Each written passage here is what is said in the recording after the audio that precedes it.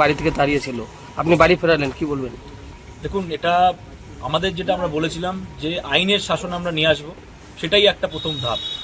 একটা মানুষ, একটা সংখ্যালঘু মাইনরিটি পরিবার, শিক্ষিত পরিবার, যার পরিবারকে কিছু জমি মাফিয়া, বিশেষ করে এই নামগুলো হচ্ছে লুতাফুর রহমান, ফিরোজ খান, রেজাউল হক, শওকত আলী, মোয়াজ্জেম হোসেন, এদের আবার উর্ফে লেটু, সেটু আর মিঠুন আর নিখিল, মনে হয় কি নাম জানি, উকিল না ফুকিল।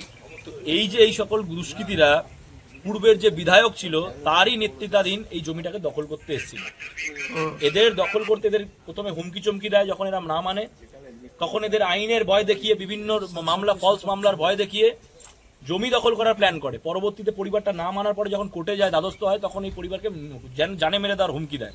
পরিবারকে ইভেন কি পরবর্তীতে এসে পরিবারের উপরে ডাকাতি, মানে লুটপাট করে, বাড়িতে একটা সামান্য বাচ্চাদের খেলনাটুকু পর্যন্ত নেই, যে বাথরুমটা যে ব্যবহার করবে সেই বাথরুমটাকে কংক্রিট দিয়ে সিল করে দিয়েছে। মানে চিন্তা করুন অসভ্যতামির কতটুকু নিচে নামতে পারে।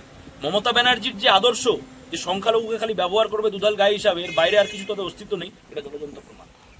আজ ভারতীয় জনতা পার্টি সুশাসন প্রতিষ্ঠিত করেছে পশ্চিমবাংলায়। আমাদের মাননীয় মুখ্যমন্ত্রী শুভেন্দু অধিকারীর নেতৃত্বে, আমাদের এমপি সাহেব, তার নেতৃত্বে আমরা আজ এই দাদাদের বাড়িতে আবার তাদের ফিরিয়ে দিলাম, আর তাদের আশ্বাসনও দিলাম যে কেউ যদি তাদের উপরে আঙুল উঠিয়ে যদি কথা বলে, তাদের জমি তাদেরই, এটা তাদের অধিকার, এটা কেউ যদি ছিনার কোশিশ করে, আমরা আইনের শাসন চলবে এখানে, ওই মাফিয়াদের শাসন চলবে না। মাফিয়া শাসন শেষ, সুশাসন চলে এসেছে, রামরাজ্য প্রতিষ্ঠিত হয়েছে। কলকাতা হাইকোর্টের অর্ডারে 7 দিনের পুলিশি পাহারায় এই বাড়িতে আজ আবার বাড়িতে ঢুকলে থাকতে পারবে নাকি?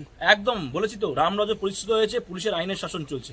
এবার টোকা দিয়ে দেখুক, আমরাও দেখে নেবো কি। আর মিডিয়া বন্ধুদের আপনার অসংখ্য ধন্যবাদ। ওই সময়টা আপনারা পাশে দাঁড়িয়েছেন, তাদের পাশে যখন আপনারা দাঁড়িয়েছেন, আপনাদের অসংখ্য ধন্যবাদ।